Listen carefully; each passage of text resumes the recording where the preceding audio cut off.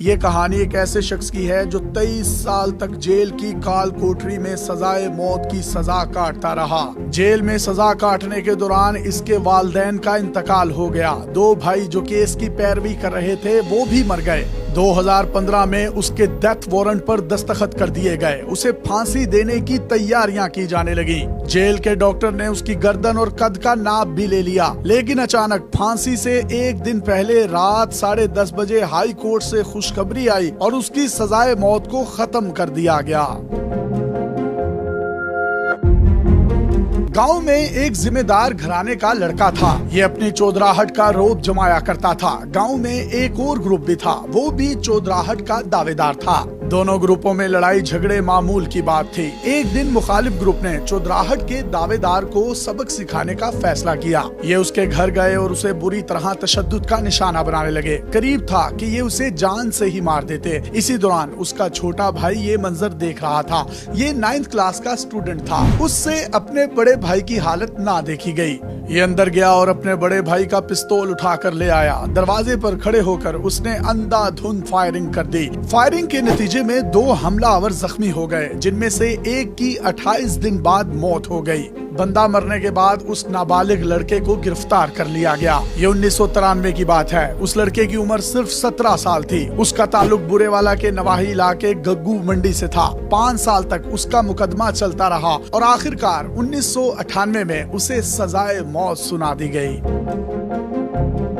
اس نے پہلے 5 سال عام قیدیوں کے ساتھ جیل میں گزارے، لیکن سزائے موت ملتے ہی اسے کال کوٹری میں بند کر دیا گیا۔ یہیں سے اس کی اصل مشکلات کا آغاز ہوا۔ اس نے ہائی کورٹ سے سپریم کورٹ اور پھر صدر پاکستان سے بھی رحم کی اپیل کی، لیکن اس کی سزائے موت ختم نہیں ہوئی۔ 2001 میں پاکستان میں کم عمر مجرموں کو سزائے موت نہ دینے کا قانون منظور ہوا۔ اب اس کا کیس دوبارہ نچلی عدالتوں میں آ گیا۔ پہلے والدین نے اس کے کیس کی پیروی کی۔ ان کا سب کچھ بک گیا تو وہ قرضہ لے کر کیس لڑتے رہے۔ بیٹا جیل کے اندر ہی تھا کہ والدین کا انتقال ہو گیا۔ اس کے بعد بڑے بھائی نے کیس کی پیروی شروع کر دی۔ کچھ ہی عرصے کے بعد اس کے بھائی کا بھی انتقال ہو گیا۔ اب دوسرے بھائی نے کیس لڑنے کی ذمہ داری سنبھالی۔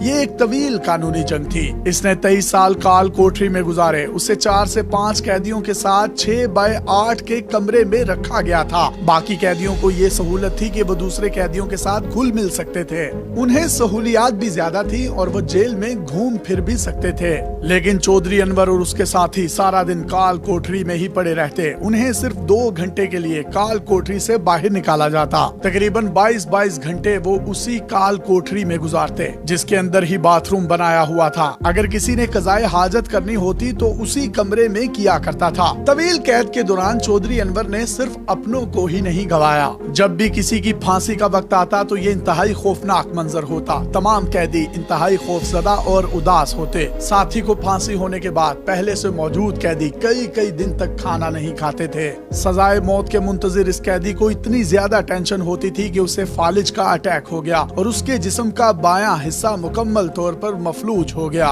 کچھ عرصے کے بعد ٹینشن کی وجہ سے اسے ہارٹ اٹیک بھی آ گیا۔